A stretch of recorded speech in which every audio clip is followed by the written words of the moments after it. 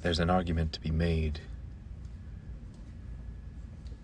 about when something good or bad happens to us or to those around us. And some believe that the good or bad nature of it, to great measure, is determined by our perspective about it.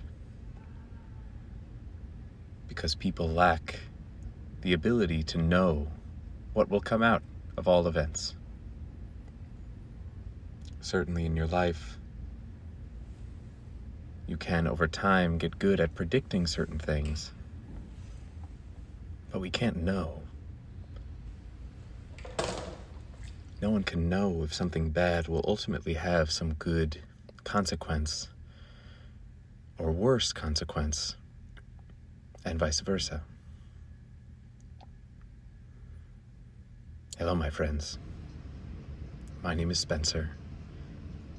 I'm a maker, and I love stories. Today we're going to be talking about one of my favorite stories, a story I will tell anyone who's willing to listen, a story that one of my past Kung Fu masters calligraphized in this type of font that I use on my pottery when I carve in Chinese. And I had it tattooed on my body as a daily reminder of this story. So this story, I believe, goes back to the Han Dynasty, but what's important to note is that this takes place in a China that is not like the China we know today, but rather one where there were multiple kingdoms, sort of lesser kingdoms, warring with one another. And pretty much everyone who did not work in the courts was certainly, as with many places throughout most of history, a farmer. So this farmer, who is our protagonist, is named Sai Weng, or I guess you could say Old Man Sai. His surname was Sai. He had a farm with a son, a horse, some cattle, chickens, and a small measure of crops. And the nearest neighbor was maybe a half mile away, the only one within sight, who had a very similar setup to Sai Weng. And one day, Sai Weng's horse runs away. And as it's running away into a forest, Sai Weng's neighbor sees this horse running. And of course, not being able to catch the horse, goes to Sai Weng's house to offer his condolences. He said, "You are so unfortunate that you lost your horse. What are you going to do? You have no one to pull the plow." And Sai Weng seemed, unlike the neighbor, not very bent out of shape about it. He seemed totally fine. He was serene. And he said, "Well, we don't know what will come of this."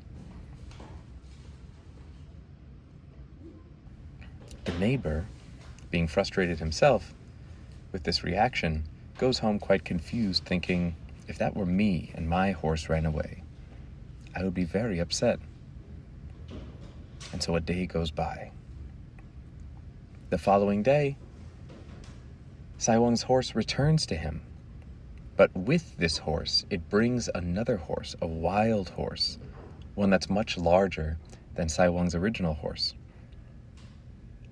When the neighbor hears about this, he goes over to Sai Weng's house to congratulate him. And he says, "You must be so happy. Now you have over twice the work power for your farm. How do you feel?" Sai Weng seems similar to the day before, quite impartial. And he says, "I guess this is pretty good." And this neighbor thinks, if this were me, I would be elated. This would be one of the best days of my life.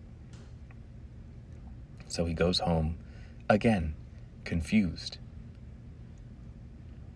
The following day, Sai Weng's only son sees this beautiful stallion and decides to try to break the horse to be able to ride it. And so he hops on the horse, but this is a wild horse, and it immediately throws him off, and the boy flies into a barn door, and his leg shatters, and he will never walk again. But he lives. And so Sai Weng bandages him up, puts him in bed, and this neighbor hears this terrible news, and he goes over to his house and he says, "I am so sorry to hear about your son. You're finished, I guess, as a farmer. When you die, there is no farm, and no one to carry out your name. What are you going to do?" And Sai Weng seemed unperturbed, still unflappable. And he said, "Well, I'll just take care of my son, and I'll do what work I can, but what am I going to do?" And this neighbor goes home, again confused, thinking, how could he be so okay with this? If this were my son, I would be crestfallen. This would be the worst day of my life. And several months pass, and these kingdoms that are fighting for control of the land gather their troops and call all of the sons to war. And all of the sons fight, and all of them die, except for Sai's son, who of course was not responsible to take the call to arms because he couldn't walk. Now this neighbor was not so lucky, and he goes over to Sai's house right after finding out the news of his own son's death. And he says, "You're so lucky that you lost your horse. You're so lucky that your son didn't have to go to war." And Sai Weng says, "Yeah, I guess that's pretty good." Still, not quite sharing an opinion one way or the other, withholding his judgment. And that is essentially the end of the story. There are some versions that continue on. I've heard in retellings to me about the possibility of this son who now can't walk being a wicked son and doing terrible things to Sai Weng.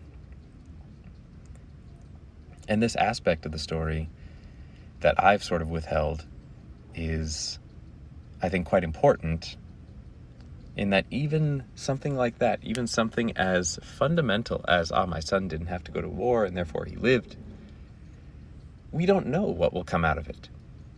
And so the idiom that is this entire story, because Chinese idioms really pack a lot in these 4-character couplets, or simply just 4 characters, goes, "塞翁失马," that old man Sai lost his horse, and then "焉知非福," and how could we know that it's not a blessing?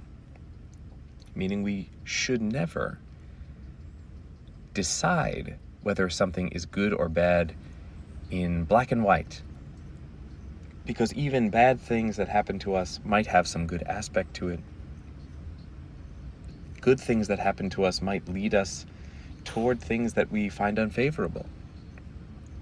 But things are not quite as binary as it might seem in the moment. So this idea of withholding one's judgment, the way that Sai Weng withheld his judgment, is a way that can, I think, save us all from a lot of heartache and pain. In that if something happens that is inconvenient for you, that is bad for you, that is terrible, yes, those things feel terrible, and perhaps they are, but also perhaps there are things that you don't see just yet that will cause you to grow in a way that is positive from that experience. And if you're thinking right now, yes, but some things are good and some things are bad, that's true. And what I said, I believe, is also true. the fact is that we don't know the future, and we see through our eyes within time and space right now, and that's all we see.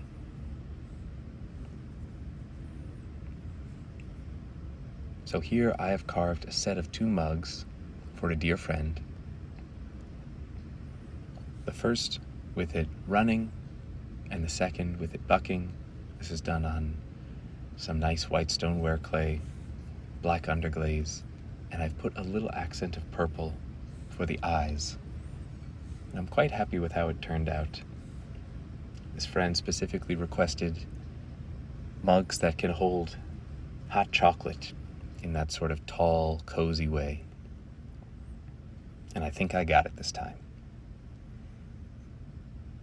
So I hope this story has helped you. I hope you've enjoyed this carving. And much more so, I hope that in your next moment of adversity, you remember this story and see if it can help you through a hard time. Have a wonderful day.